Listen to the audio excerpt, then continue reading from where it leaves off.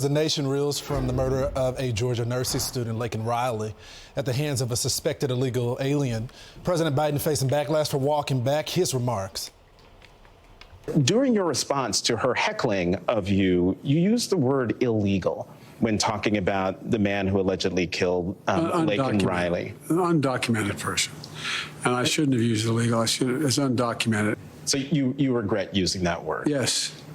So it's a sharp contrast from Donald Trump, who grieved alongside Laken Riley's heartbroken family when he invited them to his rally in Georgia on Saturday. Texas Lieutenant Governor Dan Patrick joins us now. Lieutenant Governor, what's your reaction to this? You got the president. This is the opportunity for him to lead and grieve with the family. Instead, he wants to talk about the terminology used about an illegal.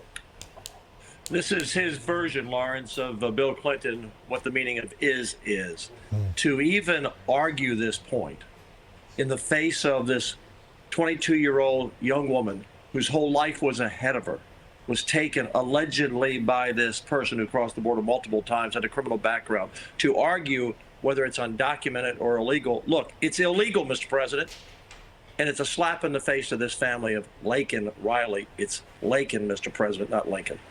You know, Texas Lieutenant Governor Dan Patrick, Texas is now going to be having to respond to the Supreme Court issue, that stay. Yes.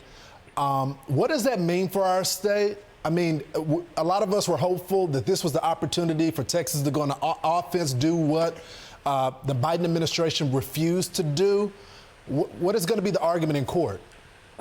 So, Lawrence, this bill, Senate Bill 4, I, along with Senator Charles Perry, wrote the bill, so I know the bill very well. Mm-hmm. You know, I know a lot of people watch Fox every morning, and I hope some of the Supreme Court justices are watching, because they could lift this stay this week and let this become law. What they did is stay the law that would allow us to act to protect our own citizens and to protect our state and our country from people crossing illegally. We call it an invasion. Now, the lower court said this: the discussion of invasion at length is to take this issue more seriously than it deserves. That's what the lower court said.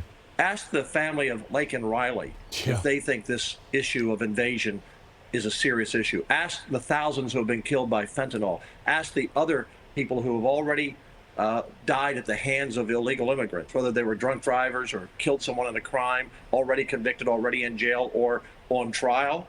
Ask them if they think that this is a serious issue. Look, here's further what the court said at the lower level. They said, you know, Texas really couldn't prove that immigration and invasion are connected, because invasion is by an armed, hostile, organized group. Well, let me tell you what, the cartels are weaponized and they're organized. And to this point, Lawrence, the cartels, we arrested 1,300 smugglers who are 95% citizens of this country. They contacted the drug cartels to find out the GPS location of where people are going to be dropped off, whether they be people coming here for a job or coming here to commit a crime.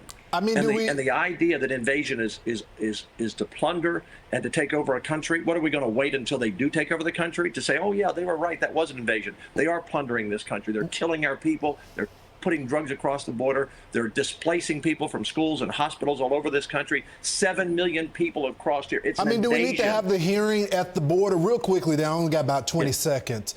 It looks like the Biden administration is taking credit for what Texas is doing at the border. They say that they've been talking with the Mexican authorities, talking with the president, and they are preventing the migrants from crossing the border. What would you say to the administration? This is absolute. I can't say it, Lawrence. I'm a proud Texan. I won't use a vulgar word on the air. Okay, it's horse manure. They've done nothing. 7.5 million people have crossed this border illegally. You know it. Criminals. We've arrested almost 300 people on the terrorist watch list. No, this is an invasion, hundreds, thousands at a time, every day after day, in an organized way. Absolutely. Yeah. And we are the ones down at the state park. It was 3,000 to 4,000 a day. I was down there that day when the Supreme Court said, well, they can clip the wire. And I said, they can clip it. We're going to repair it immediately. We reduced it to less than 12 people a day, Lawrence. And under their regime, that's what I call the Biden regime right now, allowing us being invaded, it was 3,000 to 4,000 people just at that park. They're not doing anything. This law says we have a right in the open areas, not the border crossings, the open areas all across Texas. We have 1,200 miles of border with Mexico. That's Atlanta to Maine that we have to maintain. That we can arrest people, send them back to that country after due process here. We fingerprint them, photograph them, know who they are. They can choose to go back, and we can put them in jail. The second time, if they come back, we'll put them in jail on a stiffer penalty. We have a right in Texas to defend our people. And George Floyd was a seminal moment in this country years ago. Laken Riley will never be forgotten, Lawrence. Never be forgotten. We won't let it be forgotten in Texas, and America won't let it be forgotten. And nor will the voters in November. That feel the same way. Texans are kind people, but this administration is wearing that kindness very thin. Lieutenant Governor, thanks so much. I'm Steve Ducey. I'm Brian Kilmeade. And I'm Ainsley Earhart. And click here to subscribe to the Fox News YouTube page to catch our hottest interviews and most compelling analysis.